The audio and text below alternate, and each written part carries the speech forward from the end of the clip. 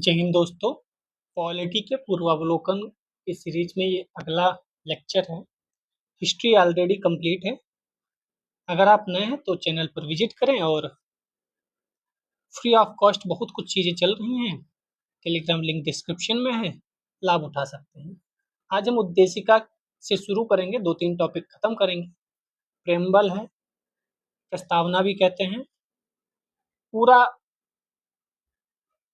जो चैप्टर है वह इसके थ्रू रिवाइज हो जाएगा। पहला क्वेश्चन आपके स्क्रीन पर।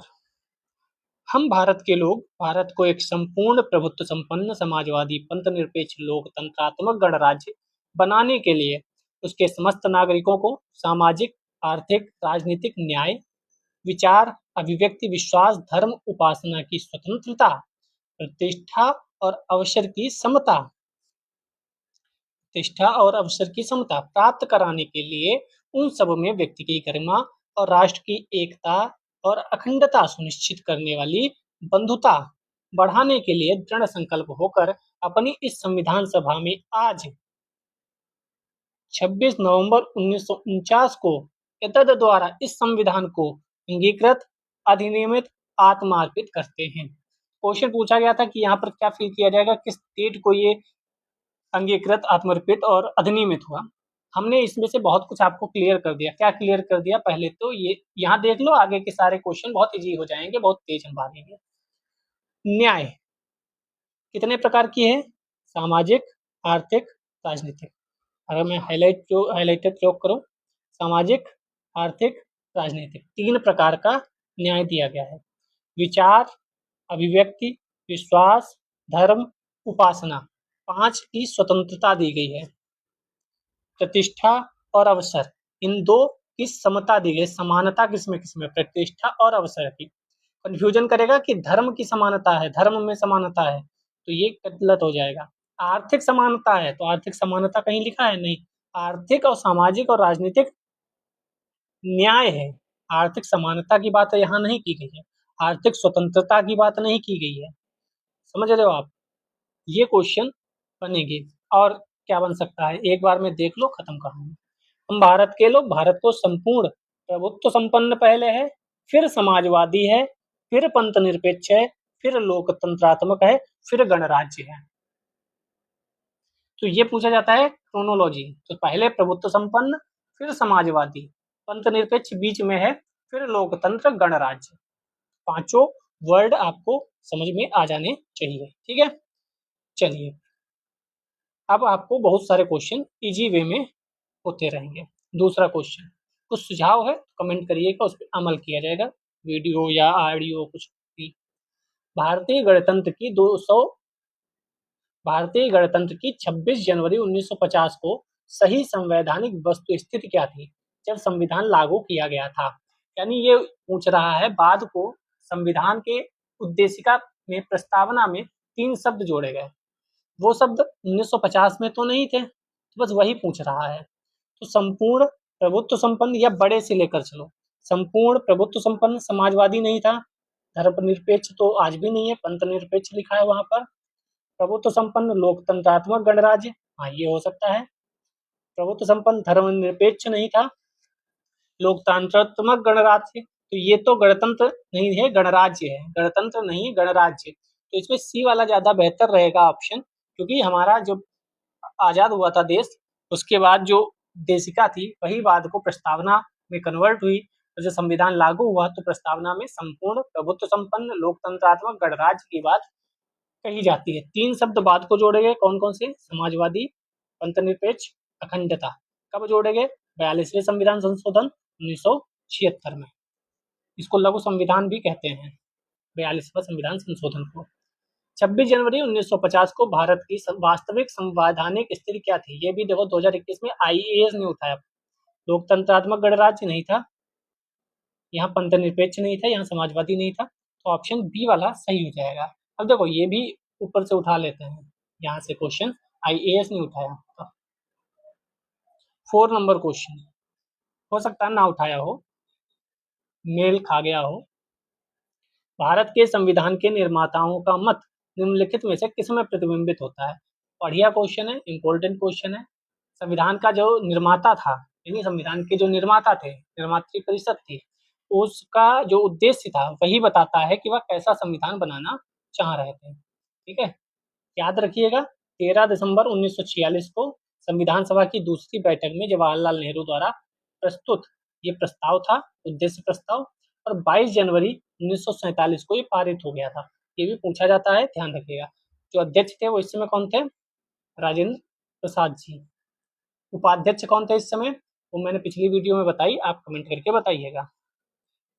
उम्मीद करता हूँ स्टार्टिंग से देख रहे होंगे, हिस्ट्री वाला भी कंप्लीट कर लिए होंगे, एनसीईआरटी चल रही है वो भी देख सकते हैं। भारत के संविधान की प्रस्तावना में कितने प्रकार के न्याय, हमने देखो बताया था अभी कि देख लेना आएगा, कितने प्रकार की स्वतंत्रता, कितने प्रकार की समानता और कितने प्रकार की भ्रातृत्व को ही बंधुता भी बोलते हैं, तो कंफ्यूजन मत रखिएगा, बंधुता को ही भ्रातृत्व बोलते हैं। तो 3 प्रकार की थी, 3 प्रकार के थे न्याय, आर्थिक, सामाजिक, राजनीतिक। तो यहाँ 1 लिखा है, नहीं होगा, 5 है नहीं होगा, 2 है नहीं होगा। तो अगर आपको यही पता है कि न्याय जो है वह 3 प्रकार के थे, तब भी क्वेश्चन आप सही कर ले जाते हैं। तो 3 प्रकार के न्याय, 5 प्रकार की स्वतंत्रता, 2 प्रकार की समानता, प्रतिष्ठा और अवसर की समानता, 1 प्रकार का भ्रातृत्व। ठीक है। 6 नंबर, संविधान की प्रस्तावना के सिलसिले में कौन सा क्रम सही है? मैंने यही भी बताया था कि ये भी क्वेश्चन आने वाला है, आ गया। तो गणतंत्र सबसे बाद को था। ठीक है, तो इसमें तीनों में गणतंत्र सबसे बाद में है। गणतंत्र से पहले क्या धर्मनिरपेक्ष था या समाजवादी था, ये जनवादी था?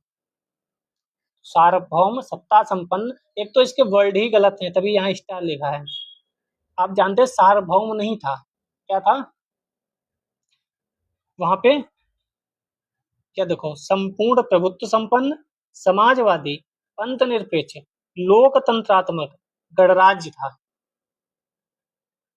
और यहाँ पे क्या शब्द है? यहाँ पे संपूर्ण प्रभुत्व संपन्न नहीं है बल्कि सार्वभौम सत्ता संपन्न है। तो ये शब्द थोड़ी लिखा है, जनवादी शब्द थोड़ी लिखा है, धर्मनिरपेक्ष तो कहीं नहीं लिखा। तो धर्मनिरपेक्ष धर्मनिरपेक्ष धर्मनिरपेक्ष गया, यहाँ गणतंत्र पहले है, ये भी गया, तो आंसर ही सही नहीं है क्योंकि धर्मनिरपेक्ष कहीं लिखा ही नहीं है। कुछ लोग कहते हैं पंथ निरपेक्ष और धर्मनिरपेक्ष में अंतर नहीं है, लेकिन अंतर तो है, पंथ और धर्म शब्दों का ही अंतर है, और शब्दों के अंतर से बहुत कुछ अंतर हो जाते हैं। और अभी तक ऐसी, छोड़िए। भारतीय संविधान की प्रस्तावना में भारत को किस रूप में घोषित किया गया है? सार्वभौम, प्रजातांत्रिक गणतंत्र, सार्वभौम, समाजवादी, धर्मनिरपेक्ष, प्रजातांत्रिक गणतंत्र। ये क्योंकि यहाँ पर ये नहीं लिखा है कि मूल संविधान में, क्या लिखा है? संविधान की प्रस्तावना में। अगर लिखता मूल संविधान में या 1950 के समय या 1955 के समय, क्योंकि 1976 से पहले की घटना होती तो उसमें धर्मनिरपेक्ष समाजवादी नहीं होता। अगर आज की बात कर रहा है या नॉर्मल पूछ रहा है संविधान में, तो यही आंसर सही होगा। ठीक है, चलिए निम्न शब्दों पर विचार करो, कर लेते हैं। क्रम बताओ, तो अभी मैंने क्रम लिखवाया था, वही याद रखिएगा। सार्वभौमिक सबसे पहले आएगा, सार्वभौम। धर्मनिरपेक्ष बीच में आता था, CADB, CADB कहीं है? CADB, CADB पहले में ही मुझे लग रहा है, इसका आंसर ए हो जाएगा, तभी मैंने पहले क्वेश्चन में बता दिया था। प्रस्तावना में समाजवादी शब्द किस संशोधन द्वारा जोड़ा गया? तो आपको भी पता है, हमें भी पता है, 42वें संविधान संशोधन द्वारा समाजवादी, पंथ निरपेक्ष, अखंडता शब्द को जोड़ा गया। पंथ निरपेक्ष है, ये ध्यान रखिएगा। निम्नांकित में से कौन 42वें संविधान संशोधन के माध्यम से जोड़ा गया प्रस्तावना में? तो समाजवाद और पंथ निरपेक्ष जोड़ा गया था, बाकी कोई नहीं जोड़ा गया था। नेक्स्ट, भारतीय संविधान की प्रस्तावना में 42वें संविधान द्वारा जोड़ा गया, कोई दिक्कत नहीं, स्पीड में भागेंगे। भारत को धर्मनिरपेक्ष राज्य किसमें बताया गया है? तो संविधान की प्रस्तावना में बताया गया है।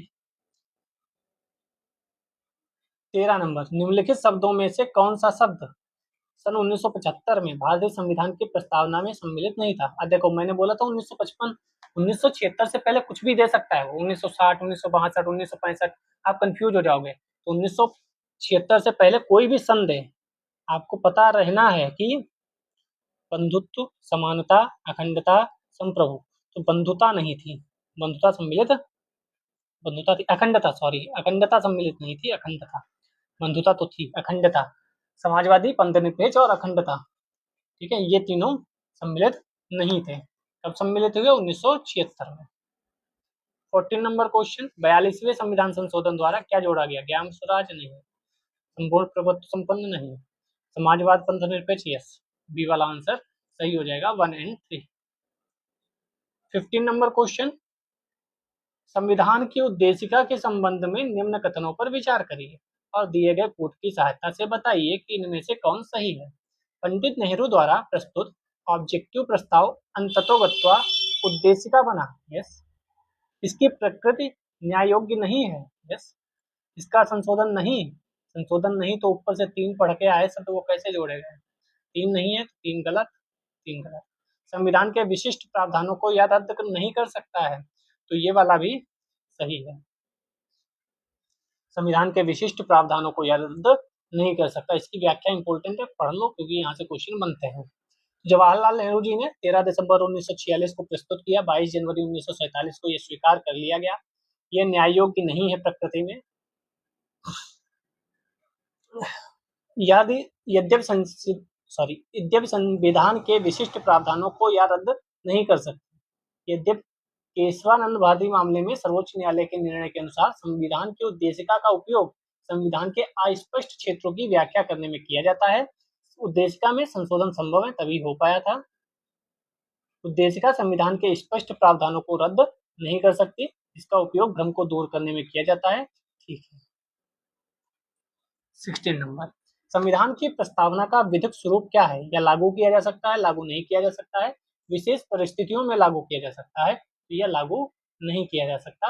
ये इसका सही विधिक स्वरूप है, सर्वोच्च न्यायालय ने बताया हुआ है। भारतीय संविधान की उद्देशिका में संशोधन किया गया था, तो इंग्लिश में लिख दिया, हिंदी में लिख दिया, लेकिन मैथ में नहीं लिखा। 42वें संविधान संशोधन, कंफ्यूज बिल्कुल नहीं होना है। कब जोड़ा गया उद्देशिका समाजवादी सब? 42वें संविधान संशोधन, कोई दिक्कत नहीं, आगे बढ़ते हैं। समाजवादी शब्द कब जोड़ा गया? 42वां संविधान संशोधन। 26 नवंबर 1949 को अंगीकृत भारतीय संविधान की प्रस्तावना में कौन सम्मिलित नहीं था? समाजवादी नहीं था, पंथनिरपेक्ष भी नहीं था और अखंडता भी नहीं था, तो आंसर 3 हो जाएंगे, 1 2 3।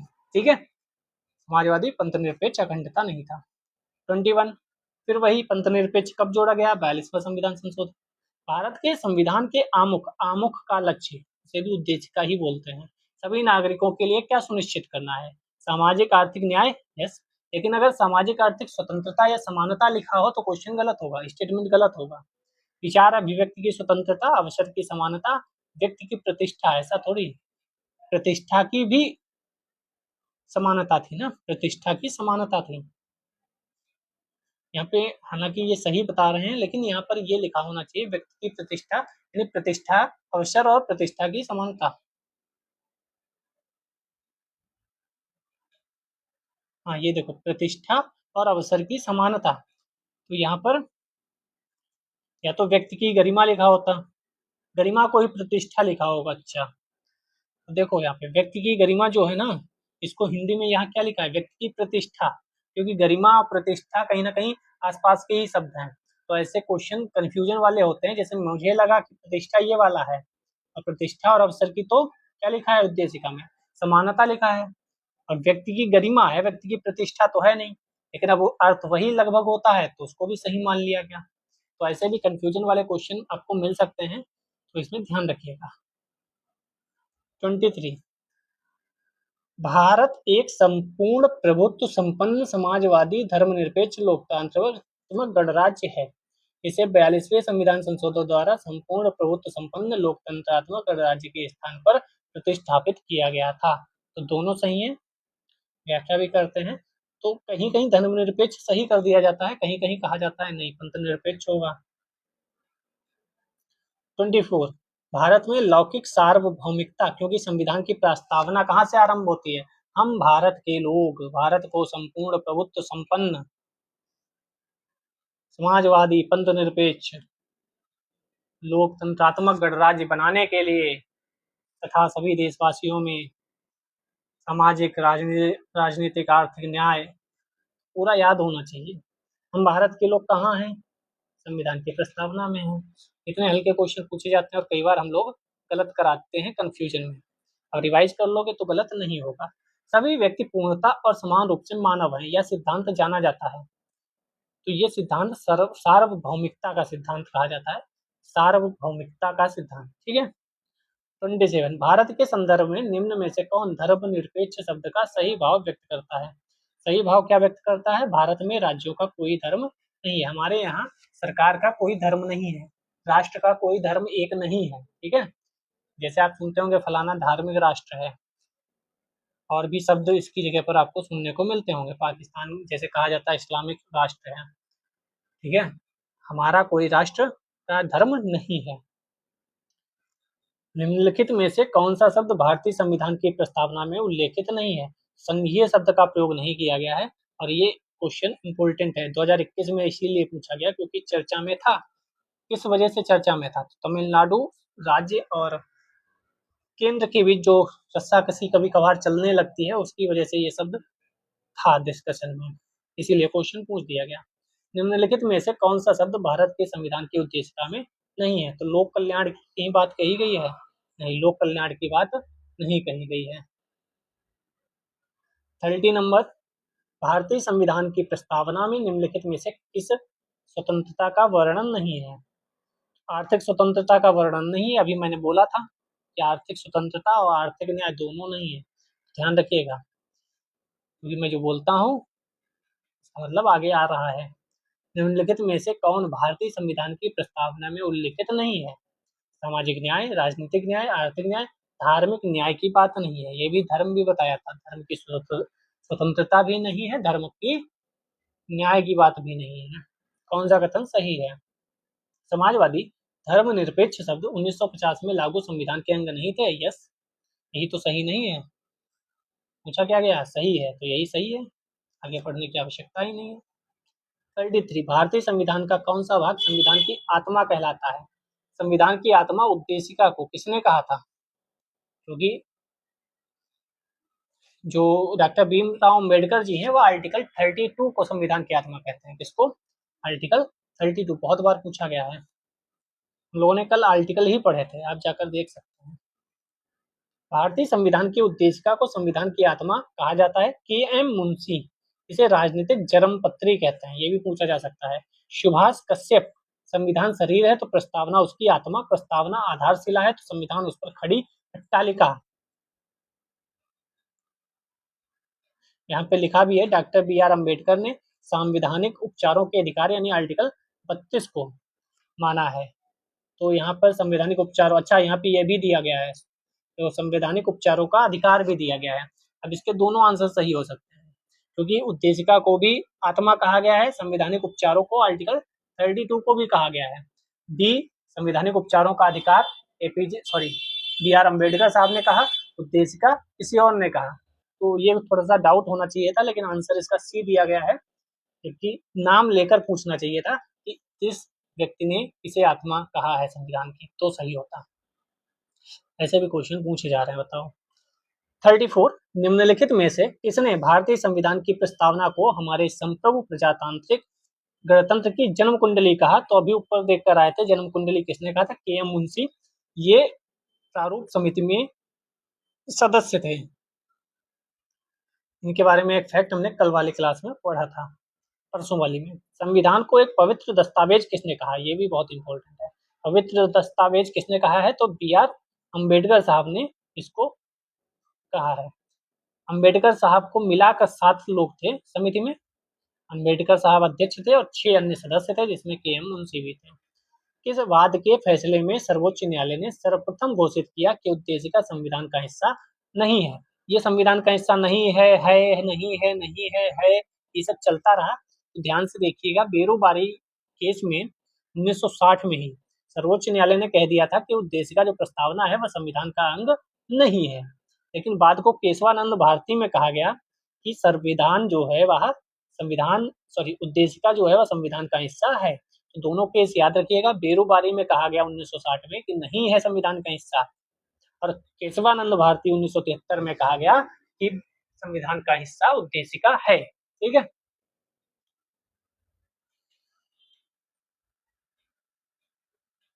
और एक याद कर लो, मुंबई बनाम यूनियन ऑफ इंडिया के मामले में उच्चतम न्यायालय ने कहा उद्देशिका संविधान का भाग है।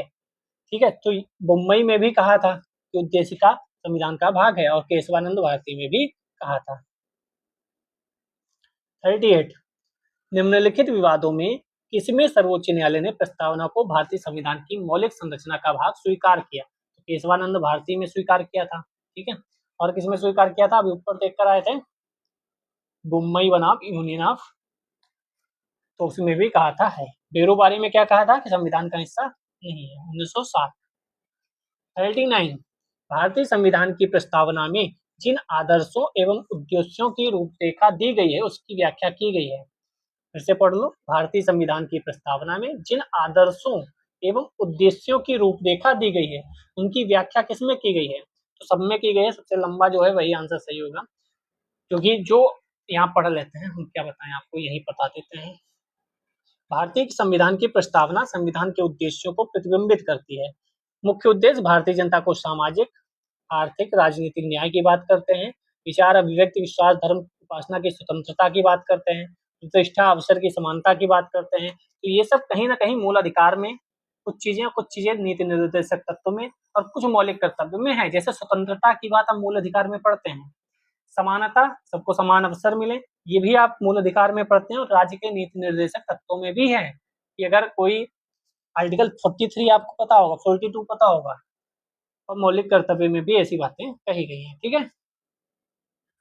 40 नंबर, निम्नलिखित में से कौन सा एक भारतीय संविधान के उद्देश्यों को प्रतिबिंबित करता है? अगर एक पूछा जाए इनमें से कौन एक, तो भारत का संविधान का प्रस्तावना जो है वह प्रतिबिंबित करता है, ठीक है।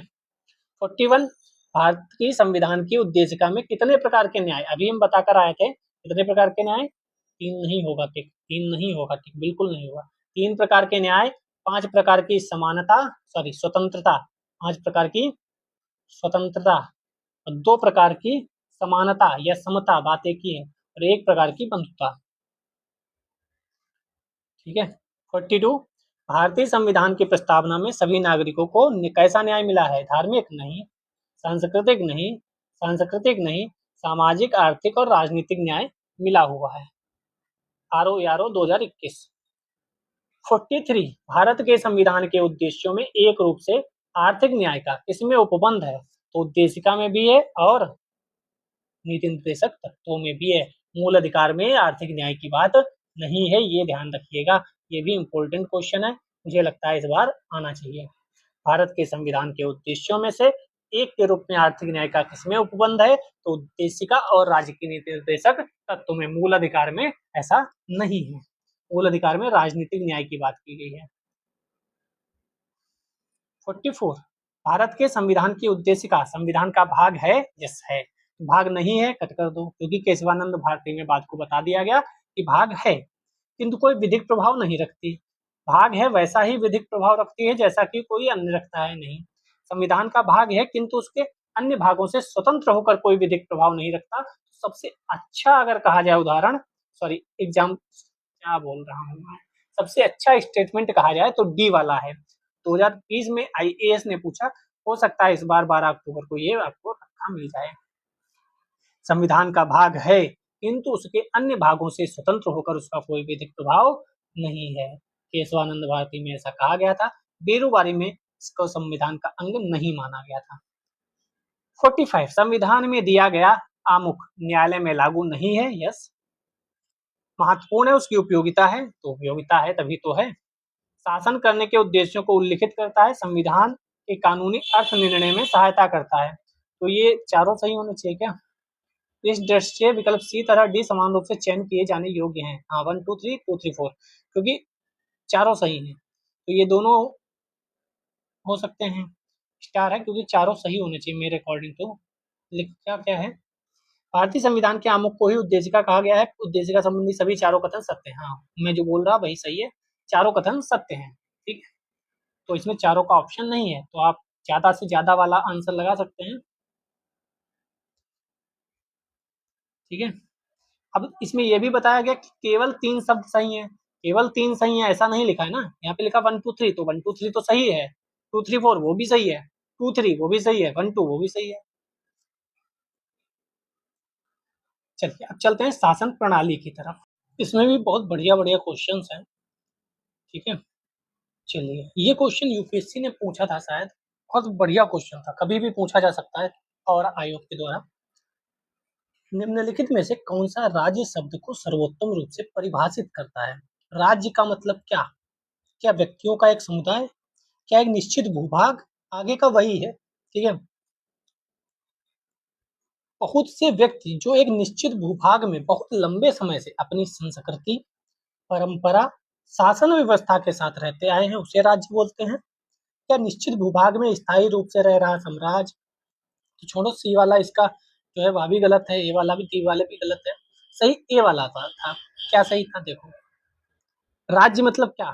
व्यक्तियों का एक समुदाय जो बिना किसी बाह्य नियंत्रण के एक निश्चित भूभाग में स्थायी रूप से निवास करता है और जिसकी एक संगठित सरकार है, इसे राज्य बोलेंगे। आईएएस ने 2021 में पूछा था कोरोना के बाद, अच्छे लोग हिल गए थे कि राज्य शब्द परिभाषित क्या, कानून व्यवस्था भी कहीं लिखा था, कहीं कुछ लिखा था। तो ये आप ध्यान रखिएगा, कभी भी क्वेश्चन पूछा जा सकता है, क्योंकि यूपीएससी वाले क्वेश्चन उठा के आयोग बहुत पूछ लेते हैं। दूसरा क्वेश्चन आएगा तो सीधे कॉपी पेस्ट आएगा, मतलब पहला तो सही ही होगा, बाकी 3 है वो भले चेंज कर दिए जाए। निम्नलिखित में से कौन सा राज्य का सबसे महत्वपूर्ण तत्व है? सबसे महत्वपूर्ण क्या है? ध्वज, संप्रभुता, राजधानी, शासनाध्यक्ष? आप बताइए कमेंट में, ये इंटरेस्टिंग है। संप्रभुता जो है वह होना चाहिए, ठीक है। संप्रभुता सबसे महत्वपूर्ण तत्व है। राजधानी अगर नहीं भी है तो कोई दिक्कत नहीं, ठीक है। ध्वज नहीं भी है तो कोई फर्क नहीं पड़ेगा। शासनाध्यक्ष अगर नहीं है थोड़े दिन, कोई दिक्कत नहीं। 4 आवश्यक तत्व हैं, कौन कौन से हैं राज्य के? एक तो जनसंख्या हो, जनसंख्या है तभी तो चीजें होंगी। जनसंख्या खाली हो, उसका जगह ही ना हो तो। दूसरा है सरकार और चौथा है संप्रभुता। संप्रभुता सबसे महत्वपूर्ण है, ठीक है, याद रखिएगा। तीसरा, भारत की संप्रभुता के संबंध में निम्नलिखित में से कौन सा कथन सही है? भारत राष्ट्रमंडल का सदस्य है। राष्ट्रमंडल की सदस्यता के कारण भारत की संप्रभुता कम हो जाती है।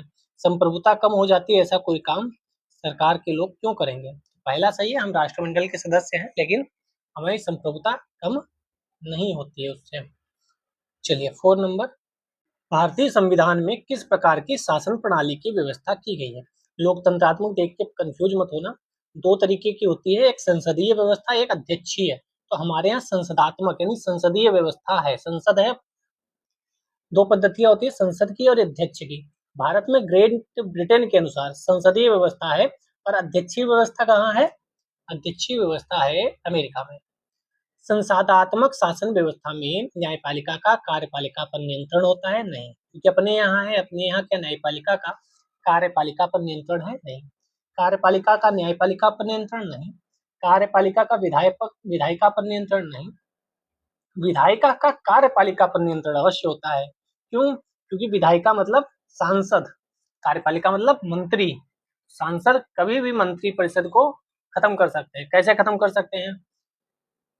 अपना जो समर्थन है वह सरकार से वापस ले लें सांसद, सरकार अपने आप गिर जाएगी। अविश्वास प्रस्ताव ले आए, पास करा दें।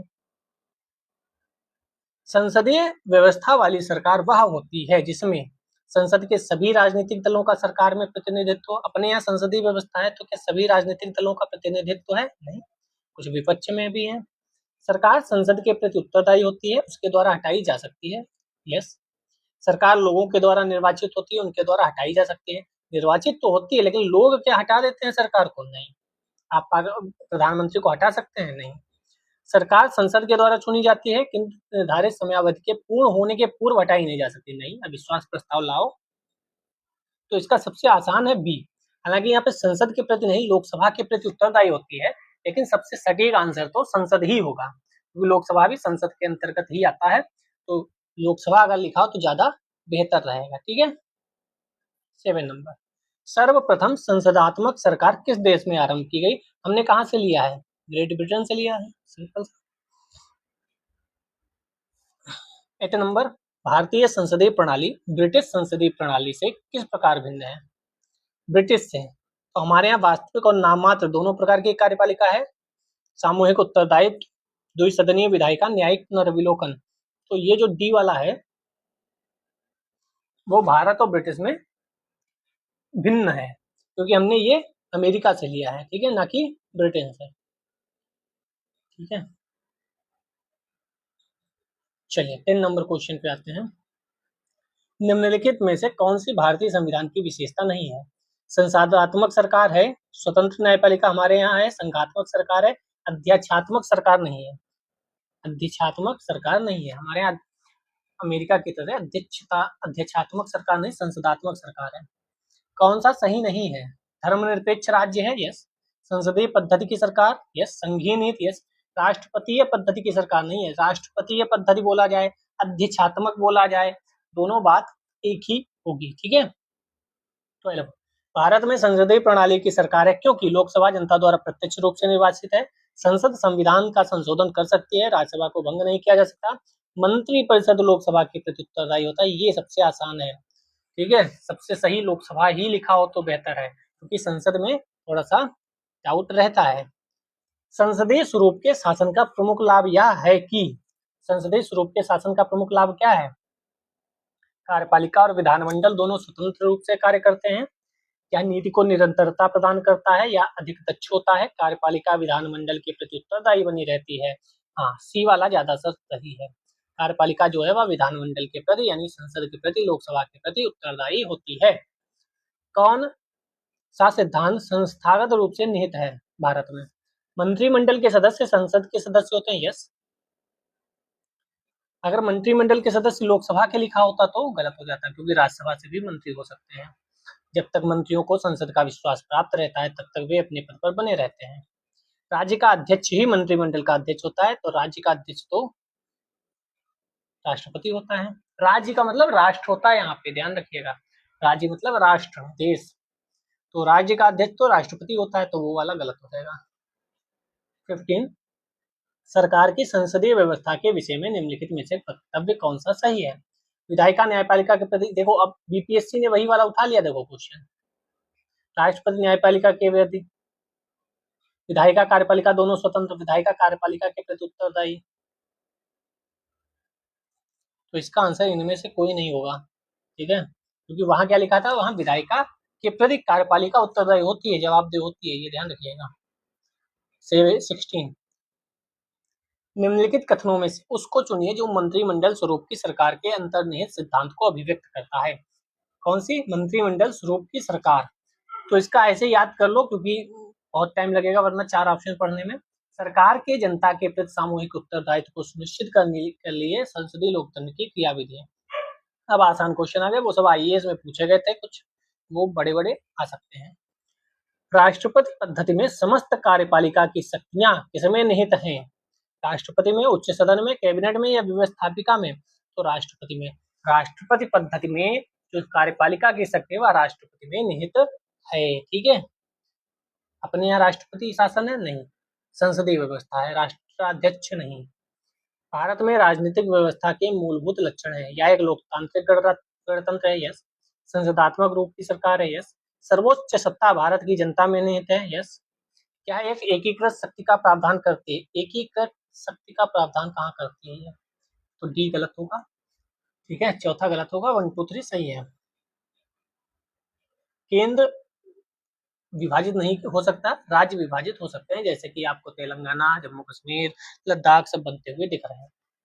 भारत एक लोकतांत्रिक राज्य व्यवस्था है, यस।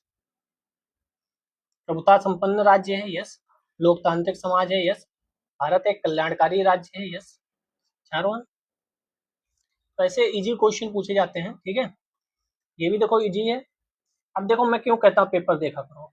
ये देखो, मध्य प्रदेश का उत्तर प्रदेश ने उठा लिया या उत्तर प्रदेश का मध्य प्रदेश ने उठा लिया, किसी ना किसी ने तो एक दूसरे का, क्योंकि डेट तो लिखी नहीं, महीना तो लिखा नहीं।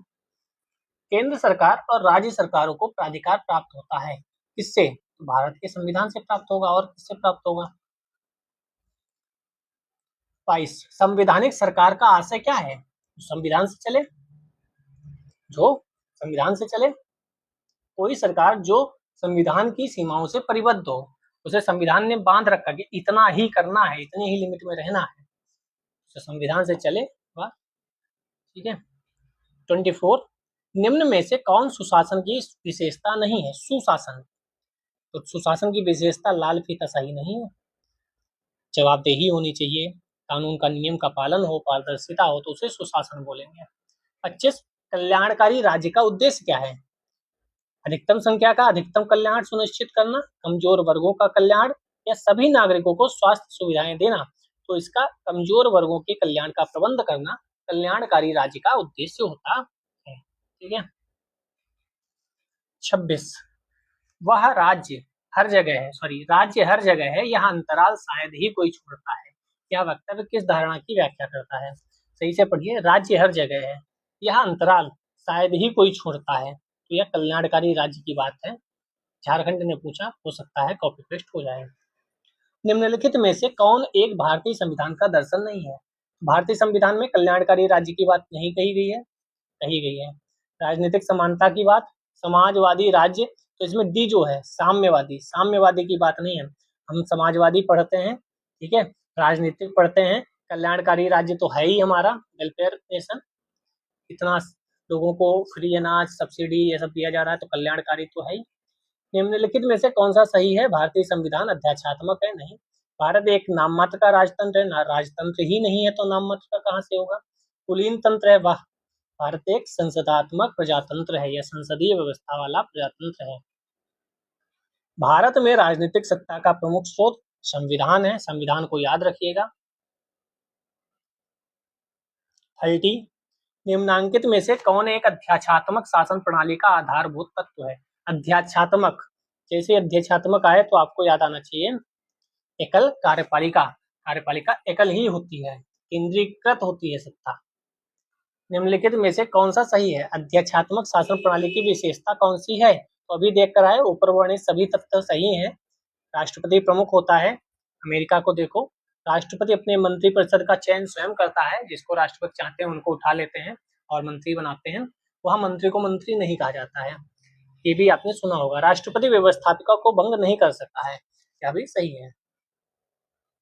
आ गया वही क्वेश्चन, अध्यात्मक शासन का उदय कहाँ से हुआ? उदय सर्वप्रथम कहाँ से हुआ?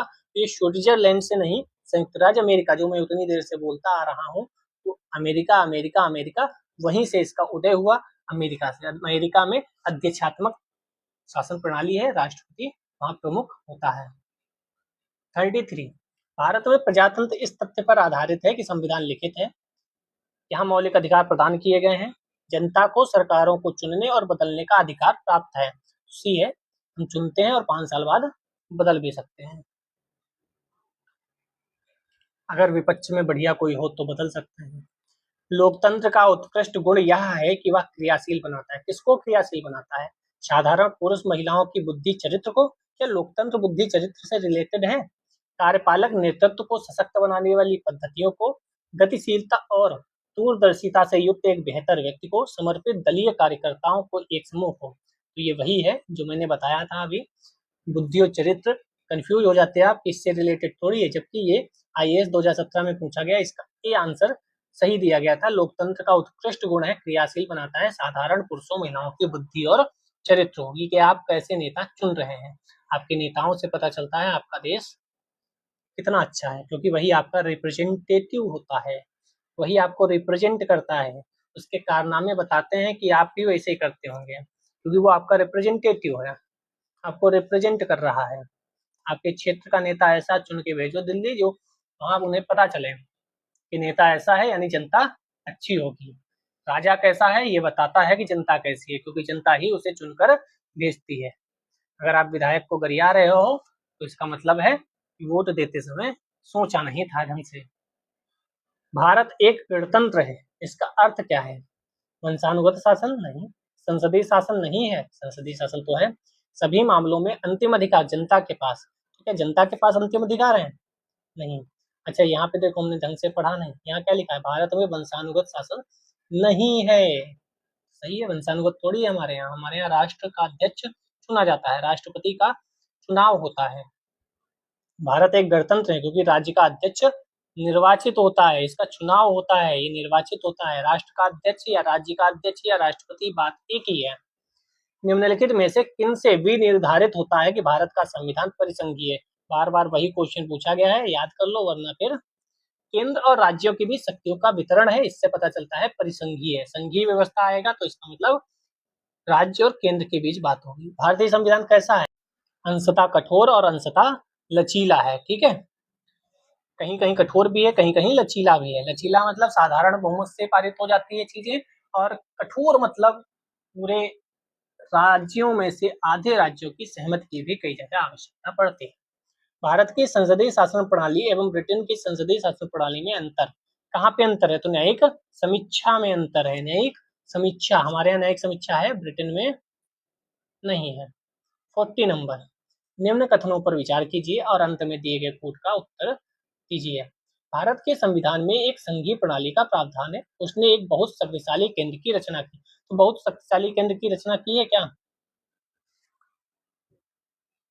कारण सही नहीं है, परंतु आर और ए सही है। भारत के संविधान में संघीय प्रणाली का प्रावधान है, बहुत शक्तिशाली केंद्र की रचना की गई है। क्यों की गई थी? क्योंकि विभाजन हुआ था तुरंत, पाकिस्तान और भारत अलग अलग हुए थे, इसीलिए कहा गया था संघ को इतना मजबूत बनाओ कि आगे चलकर अगर कोई अलग होना चाहे वह अलग ना हो सके। भारत में संघवादिता व्यवहारिक नहीं है। भारत एक संघीय राज्य नहीं है।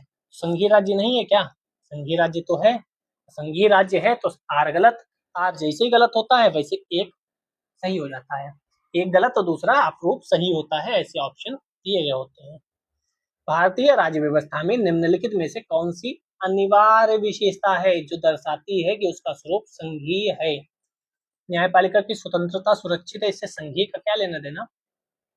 संघ की विधायिका में संगठक इकाइयों के निर्वाचित प्रतिनिधि, केंद्रीय मंत्रिमंडल में क्षेत्रीय पार्टियों के निर्वाचित प्रतिनिधि हो सकते हैं, मूल अधिकार न्यायालयों द्वारा प्रवर्तनीय है। तो इसका वही आंसर है जो आप सोचोगे नहीं। आईएएस प्री 2021 में आया था, और आईएएस प्री 2021 से चीजें थोड़ी सी टफ होने लगी थी। इसका ए वाला आंसर सही था, और अच्छे अच्छे लोग नहीं समझ पा रहे थे कि न्यायपालिका की स्वतंत्रता से संघीय का क्या लेना देना, लेकिन जब आंसर की आई तो उसने ए ही बताया था। ठीक है, ये तो इतना लंबा चौड़ा इसीलिए लिखा है क्योंकि यहाँ पे थोड़ा सा कंफ्यूजन वाला फैक्टर था। जब पेपर आया तो एनालिसिस में लोगों ने यही कहा कि इसमें थोड़ा सा आयोग पे छोड़ देना चाहिए, क्या वो आंसर देते हैं। निम्न में से कौन एक भारत के संविधान का संघीय लक्षण नहीं है? पूर्ण रूप से लिखित संविधान, केंद्र राज्यों के बीच शक्ति का बंटवारा, एकहरी नागरिकता। एक नागरिकता है, ये एकात्मक लक्षण है ना कि संघीय लक्षण, ये ध्यान रखिएगा। अमेरिका में एकात्मक लक्षण ही है, नहीं एकात्मक लक्षण नहीं। अमेरिका में दोहरी नागरिकता है, राज्यों की अलग और केंद्र मेन यूएसए की अलग। एकात्मक तत्व तो पाए जाते हैं, लिखित संविधान, कठोर संविधान, संविधान की सर्वोच्चता, राज्यपाल की नियुक्ति, ये वो फलाना ढेमा आओ देख लेते हैं। देखो कितना लंबा चौड़ा है। इसका आंसर डी सही है। 4, 6, 7, 4, 6, 7 यानी 4 राज्यपाल की नियुक्ति, राज्य विधेयकों पर राष्ट्रपति की स्वीकृति और संवैधानिक संकट, ये 3 ऐसे हैं जो एकात्मक तत्व पाए जाते हैं, बाकी सब में संघात्मक व्यवस्था की बात होती है। ठीक है, चलिए 45 चलते हैं। कौन सा भारतीय संघीय व्यवस्था में एकात्मक तत्व है? देखो उन्होंने दिया, ये भी उठा लिया कहीं ना कहीं। अखिल भारतीय सेवाएं, राज्यसभा में असमान प्रतिनिधित्व, राज्यपालों की नियुक्ति, शक्ति का विकेंद्रीकरण। नहीं, शक्ति का विकेंद्रीकरण थोड़ी होगा। 2 और 5 कहाँ है? 2 और 5 दो जगह है, तो बी वाला इसका सही है। 2 और 5 3 के साथ राज्यसभा में असमान प्रतिनिधित्व, एकात्मक तत्व इसमें कहीं ना कहीं विद्यमान होता है, क्योंकि सबसे सटीक वही आंसर है, बाकी से अच्छे कोई आंसर नहीं है। भारत में संघीय व्यवस्था से संबंधित निम्न कथनों में से कौन सा सही है?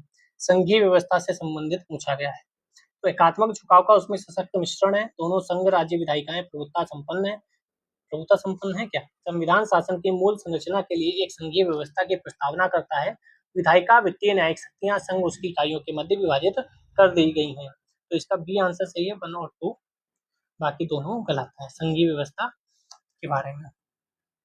47, भारत का राष्ट्रपति परोक्षता निर्वाचित होता है। यस, परोक्षता मतलब हम किसी को चुनते हैं, वो राष्ट्रपति को चुनता है। भारत में संसदीय प्रणाली को गणतंत्रवाद के साथ जोड़ा गया है, तो गणतंत्रवाद के साथ जोड़ा गया है, इसीलिए भारत का राष्ट्रपति परोक्षता निर्वाचित है। व्याख्या भी कर रहा है और आंसर भी सही है। 48, नीचे 2 वक्तव्य दिए गए हैं कथनार। राजनीतिक दल लोकतंत्र के जीवन रखते हैं, लोग खराब शासन के लिए सामान्यतः राजनीतिक दलों को कोसते हैं, तो इसमें ए सही है। दोनों व्याख्या स्पष्टीकरण सब कुछ सही है। 49 दल विहीन प्रजातंत्र किसने प्रस्तावित किया था? तो ये महात्मा गांधी जी भी कहते थे और जयप्रकाश नारायण भी कहते थे। महात्मा गांधी जी ने देश के तो स्वतंत्र होने पर यह भी कहा था कांग्रेस को खत्म कर देना चाहिए, भंग कर देना चाहिए, क्योंकि कांग्रेस का उद्देश्य जो था देश आजाद कराना वो हो गया। 50 नंबर। भारत की संघात्मक संरचना का मुख्य उद्देश्य इसकी बहुआयामी विविधताओं में से एक राष्ट्र का निर्माण करना और राष्ट्रीय एकता को संरक्षित करना था। विविधताओं को समंजन से एक सशक्त ना कि कमजोर भारतीय राष्ट्रीयता का निर्माण हुआ। तो दोनों सही है, सही व्याख्या भी है।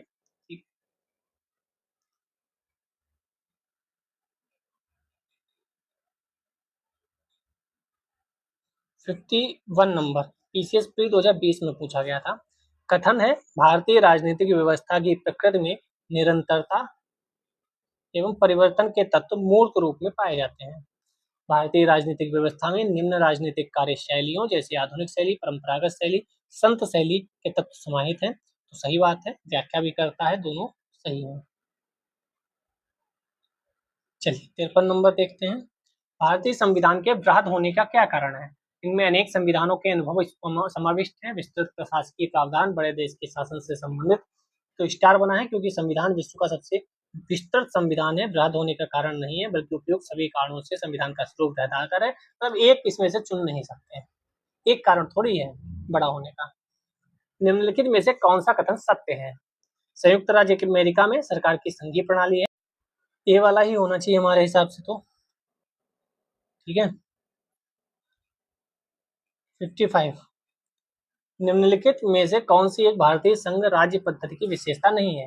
भारतीय संघ में क्या नहीं है? स्वतंत्र न्यायपालिका नहीं है क्या? है। केंद्र राज्यों की भी शक्तियों का स्पष्ट विभाजन नहीं है क्या? है। संघबद्ध होने वाली इकाइयों को राज्यसभा में असमान प्रतिनिधित्व किया गया है। यस। संघबद्ध होने वाली इकाइयों के बीच एक सहमति परिणाम है, सहमत थोड़ी है हमारे बीच कोई। डी वाला आंसर सही नहीं है।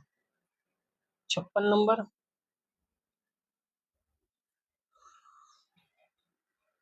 भारतीय संघात्मक व्यवस्था को अर्ध संघात्मक कहा जाता है।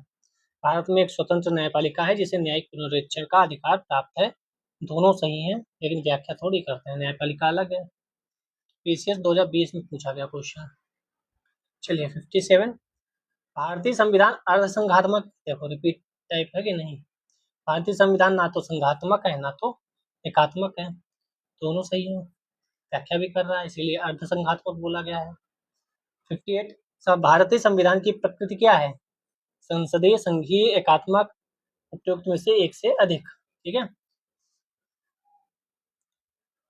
59 भारतीय संघवाद को सहकारी संघवाद किसने कहा?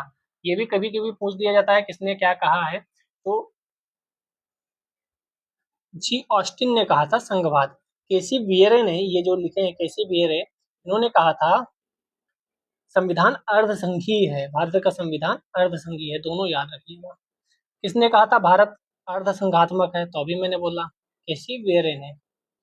61 भारतीय संविधान के विषय में निम्नलिखित कथन में से किसका आंसर सही है? भारतीय संविधान कठोर है, लचीले के मध्य एक अच्छा संतुलन है। ये किसने कहा था? केसी बियरे ने, वही अर्ध संघात्मक की बात। 62 संविधान को संघात्मक के तंग ढांचे में नहीं ढाला गया है। तो ये किसने कहा था? बी आर अम्बेडकर साहब ने कहा था संघात्मक के तंग ढांचे में नहीं ढाला गया है। ठीक है। एकीकृत संघात्मक दोनों है, क्योंकि जब किसी देश से युद्ध होने लगे तो तुरंत एकात्मक बन जाता है, अंतरराष्ट्रीय राष्ट्रीय आपातकाल लागू हो जाता है। तो दोनों है समय समय के अनुसार। मिथक और कहावत के रूप में प्रशासन के सिद्धांतों को किसने अस्वीकार किया है? किसने अस्वीकार किया था? तो ये हर्बर्ट साइमन थे। क्वेश्चन नहीं पूछा जाएगा, चक्कर में ना पड़ो, पूछा गया तो कहाँ तक ये याद रहेगा। विधि और स्वाधीनता के बीच सबसे उपयुक्त संबंध को निम्नलिखित में से कौन प्रतिबिंबित करता है? विधि और स्वाधीनता, विधियां अधिक होती हैं तो स्वाधीनता कम होती है, विधि नहीं तो स्वाधीनता भी नहीं। बी वाला ही आंसर सही है। अगर विधि नहीं है तो स्वाधीनता भी नहीं। आप कहते हो हम स्वतंत्र हैं, स्वतंत्र हैं, अगर विधि ही नहीं होता, नियम ही नहीं होता, तो सब अपने हिसाब से चलते, सब अपने हिसाब से करते, आपकी स्वतंत्रता बाधित होती है। ठीक है। थोड़ा रूल्स में रेगुलेशन भी है रूल्स के साथ, लेकिन विधि है, इससे स्वतंत्रता भी मिली हुई है। निम्नांकित में से कौन विकास प्रशासन की अवधारणा से संबंधित है? अभी ऊपर क्वेश्चन देखा था, वैसे ही क्वेश्चन है। फ्रेड डब्ल्यू रिक्स हालांकि मुझे तो नहीं लगता पूछा जाना चाहिए ये। एक चिंतक लोक प्रशासन निजी प्रशासन में समानताओं का समर्थक है, हेनरी फ्योल। चक्कर में ना पड़ो, झारखंड वालों ने क्वेश्चन पूछे हैं।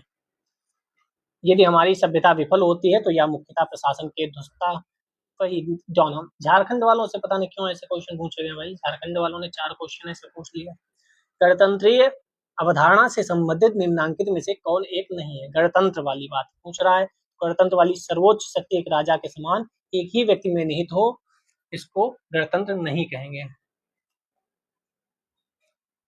69 निम्नांकित में से विधि का शासन, विधि का शासन और विधि के समक्ष शासन दोनों ध्यान रखिएगा। विधि के शासन में 1 2 4 स्वतंत्रता और नागरिक अधिकार, विधि के समक्ष समता, शक्तियों का परिसीमन, ये विधि के शासन के प्रमुख लक्षण हैं। विधि का शासन और विधि के समान संरक्षण दोनों में अंतर ध्यान रखिएगा। 70 संवैधानिक सरकार वह है जो राज्य की सत्ता के हित में व्यक्ति की स्वतंत्रता पर प्रभावकारी प्रतिबंध लगाती है। संवैधानिक सरकार वह है जो व्यक्ति की स्वतंत्रता के हित में राज्य की सत्ता पर प्रभावकारी प्रतिबंध लगाती है। तो बी वाला सही है, पहला गलत है। व्यक्ति की स्वतंत्रता पर नहीं, राज्य की सत्ता पर प्रभावकारी प्रतिबंध लगाती है। राज्य को प्रतिबंधित किया गया, राज्य को लिमिटेशन बताई गई है। परिभाषा से संवैधानिक सरकार का क्या अर्थ है? लोकप्रिय सरकार नहीं, सीमित सरकार, क्योंकि संविधान क्या करता है? लिमिटेशन। अभी ऊपर था ऐसे क्वेश्चन आईएएस ने पूछा था, संविधान क्या बताता है कि इसी के अंतर्गत आपको चीजें रखनी है, तो सीमित सरकार है। ठीक है, कुछ क्वेश्चन और। 72 राज्य व्यवस्था के संदर्भ में निम्नलिखित में से किस एक को आप स्वतंत्रता की सर्वाधिक उपयुक्त व्याख्या के रूप में स्वीकार करेंगे? फिर वैसा ही क्वेश्चन, स्वयं को पूर्णता विकसित करने का अवसर हमें मिला हुआ है, ये सर्वाधिक उपयुक्त स्वतंत्रता की परिभाषा है। इतना लंबा चौड़ा कहाँ पढ़ोगे? 73 क्योंकि पहले से पढ़े होगे, नोट्स बनाए होगे। समाज में समानता के होने का एक निहितार्थ यह है, समानता के होने का एक निहितार्थ यह है, क्या निहितार्थ है? विशेषाधिकारों का अभाव। ठीक है, विशेषाधिकार हमारे यहाँ नहीं है, समानता है इसीलिए। 74 भारत एवं अमेरिका की राजनीतिक व्यवस्थाओं के बीच कौन सी विशेषताएं समान है? समान की बात कही गई है। अवशिष्ट शक्तियां केंद्र के पास हैं, अवशिष्ट शक्तियां राज्यों के पास हैं। केवल 3 सही है, इसीलिए मैंने उसको हटा दिया था। राष्ट्रपति के पास पॉकेट वीटो की शक्ति है, बाकी सब गलत है। हमारे यहाँ अवशिष्ट शक्तियां केंद्र के पास हैं, लेकिन अमेरिका में। दूसरे प्रशासनिक आयोग के कौन से प्रतिवेदन ने भारत में सुशासन की बाधाओं की पहचान की? सुशासन की बाधाएं किसमें थी? तो नागरिक केंद्रित प्रशासन शासन का केंद्र बिंदु है। ठीक है, बी वाला आंसर सही हो जाएगा। चलिए 76 अंतिम क्वेश्चंस हैं, ये भी पढ़ेंगे। इसके 8-10 क्वेश्चन है प्रतीक वाले, हो जाएगा, खत्म हो जाएगा। भारतीय संघवाद में विविधताओं में एकता को पूर्णत करने हेतु निम्नलिखित में से किन संस्थानों को आवश्यक माना गया है? तो कौन से संस्थान है? सभी, ये सभी संस्थान आवश्यक है, इसमें कोई दो राय नहीं। तो आसान क्वेश्चन है। 77 निम्नलिखित में से किस दशक में भारत की संसदात्मक व्यवस्था केंद्रीयता से संघवाद की ओर खिसकी?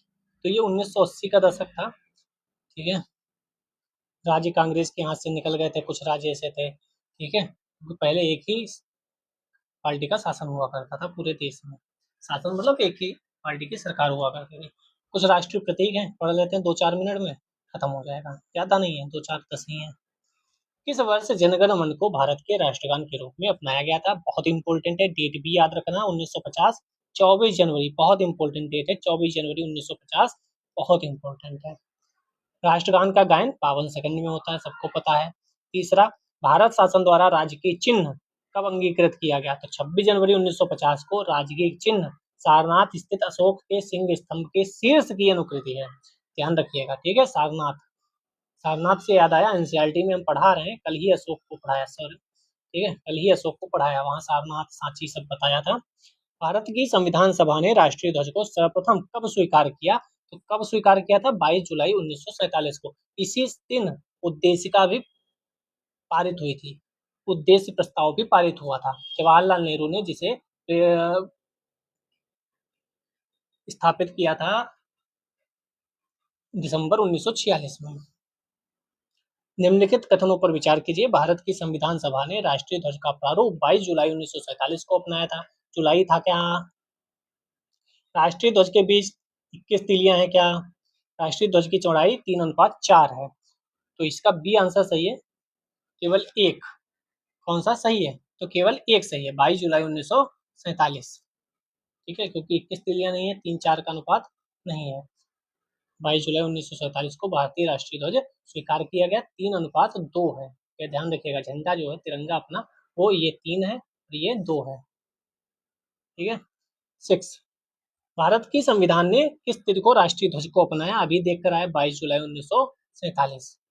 राष्ट्रीय ध्वज के प्रारूप को किस दिन स्वीकार किया गया? 22 जुलाई 1947। भारत का राष्ट्रीय पशु क्या है? सबको पता है, बाघ। बाघ ही लिखना, ठीक है, पैंथेरा टाइग्रिस 9। 1973 में बाघ परियोजना भी शुरू की गई थी, याद रखिएगा। भारत का राष्ट्रीय पुष्प कौन सा है? तो वही इसमें खिला हुआ है, कमल। बस, तो और खत्म। भारत का राष्ट्रीय पक्षी कौन है? किसको नहीं पता? कुछ लोग तब भी गलत करके आते हैं, जल्दी में गलत हो जाता है कुछ लोगों का। भारतीय राष्ट्रीय ध्वज में चक्र किसका प्रतीक है? तो याद रखिएगा, न्याय का प्रतीक है चक्र। ये तो कईयों का गलत होता। सारनाथ में अशोक स्तंभ से बने चक्र को लिया गया है। भारत के राष्ट्रीय ध्वज में आरों की कुल संख्या कितनी है? तो बी 24। अब इस शब्द पे विशेष ध्यान रखिए, आरे मतलब तीलियां ही होती हैं, इस शब्द पे विशेष ध्यान रखना। राष्ट्रीय पंचांग के संदर्भ में कौन सा कथन सही है? भारतीय राष्ट्रीय पंचांग विक्रम संवत पर आधारित है। राष्ट्रीय पंचांग को 26 जनवरी 1950 को अपनाया गया था। ना तो एक सही है, ना तो दो। क्यों? याद कर लो। शक संवत पर आधारित है, पहली बात तो। राष्ट्रीय पंचांग जिसका पहला महीना होता है चैत्र वैशाख आषाढ़ सावन वाला।